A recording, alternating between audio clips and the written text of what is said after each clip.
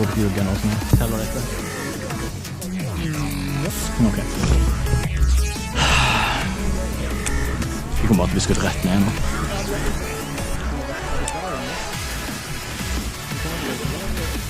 Så vi kommer oss bak den der, for de kan bare plukke oss nå.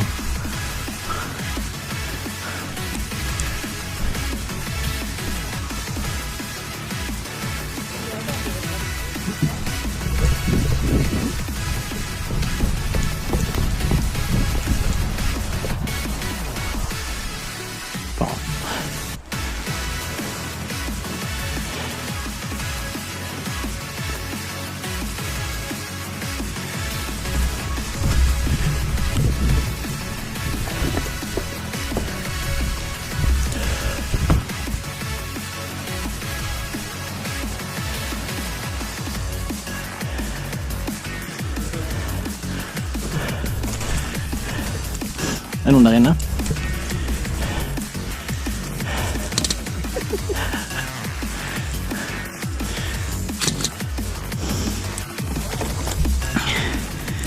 Har Leatherman med det?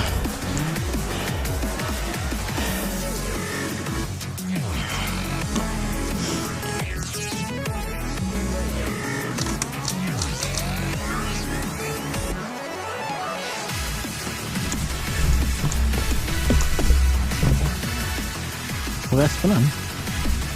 Ok.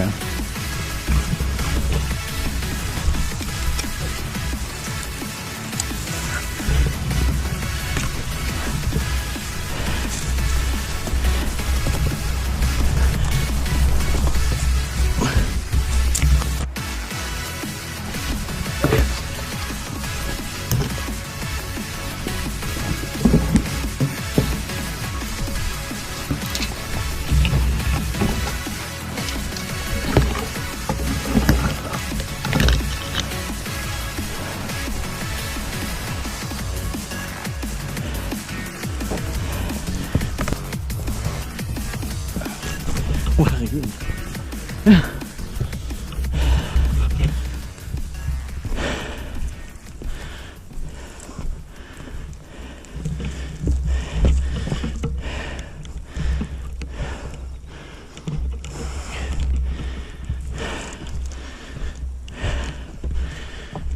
Faen. Ja.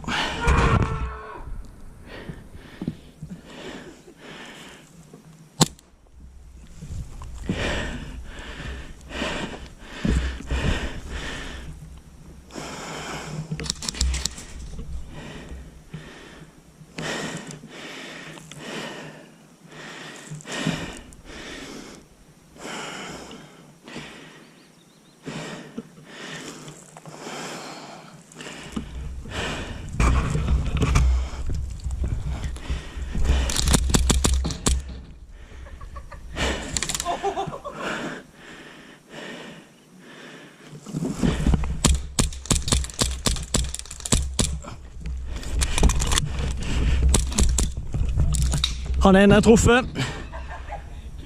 Jeg traff han ene. Død mann kommer ut.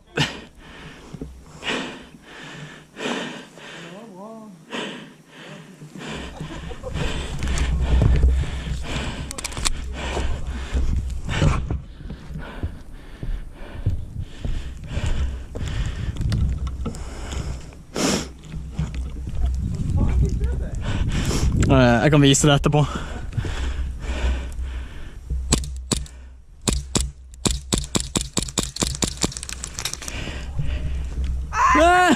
Yay! Det er bra.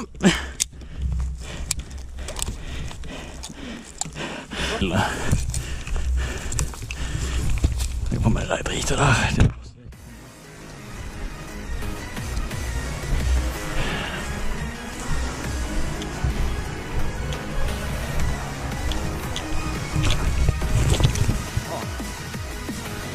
Jeg tror de er oppe bak det huset.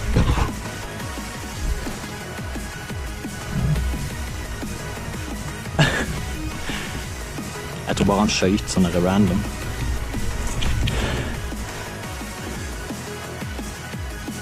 For det driver streik og relativt, jeg gidder ikke det der. Ja, får gjøre det etterpå. Det skjer hele tiden.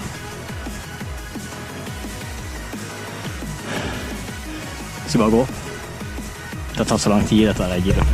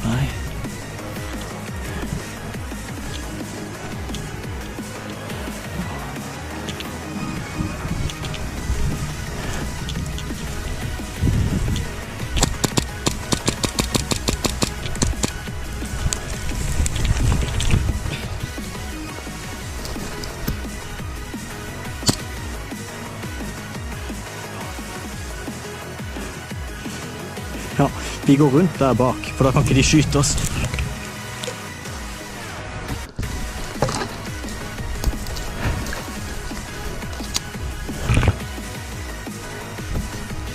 Det ene dagen er dødt.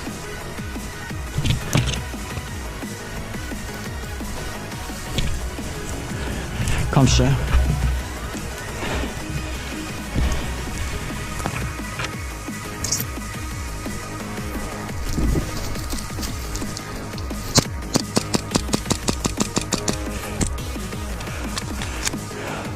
Begge er ikke inne i huset.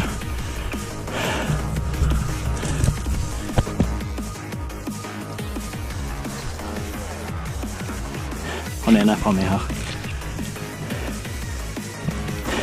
Han er på høyre her. Han er nede i krattet på en måte. Vi vet jo hvor de er hen. Hvis vi går tilbake samme sted, begge sikter mot døra, så angriper vi døra. Jeg tror det er vår beste sjanse. Så gjør det.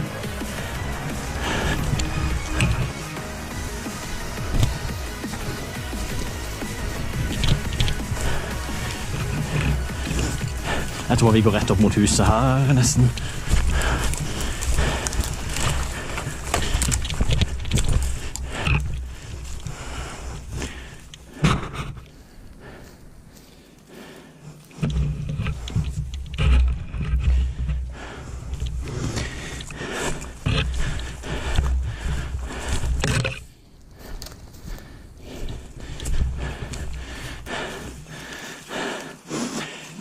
Vi må bare storme opp mot huset, og så med en gang den døra rikker på seg, så må vi bare suppresse med en gang. Så må vi bare opp til den veggen. Så må vi bare lytte etter han som er ute bak der. Hæ? Merker som han var på hushjørnet på venstre side. Ja, det kan også være det. Vi må bare gå opp der og sikte mot der. Klar?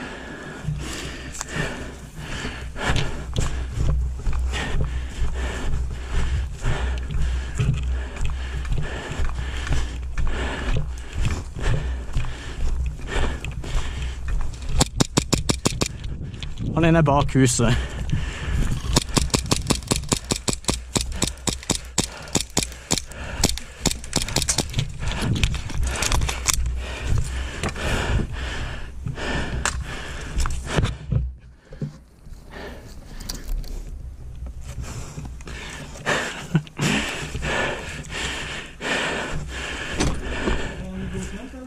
Hva sa du? Godkjent hva for noe? Nei, du er ikke ute da. Vi må treffe hverandre. Spillet pågår enda. Vil du ha den rifla mot den nå? Ja. Går helt bra.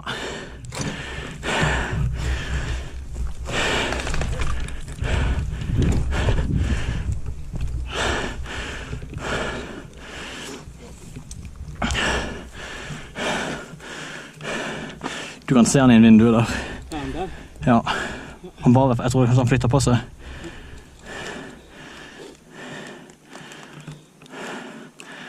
Vil du se hvor han er?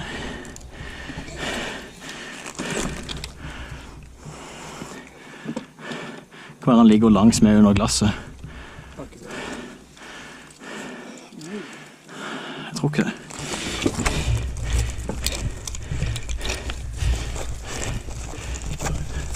nei. Jeg tror ikke det er gass på den.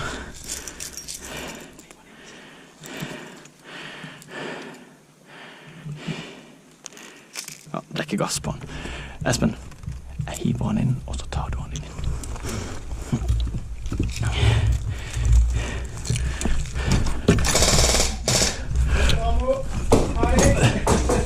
Hvor er det? Ja, det er bra. Søren. Nice da. Det tok lang tid den runden, men det var veldig spennende egentlig. Det var mye sniking. Og jeg har bare spilt. Bra. Er vi siste? Dere er siste. De andre døde. Jeg tok han der nede. Ja.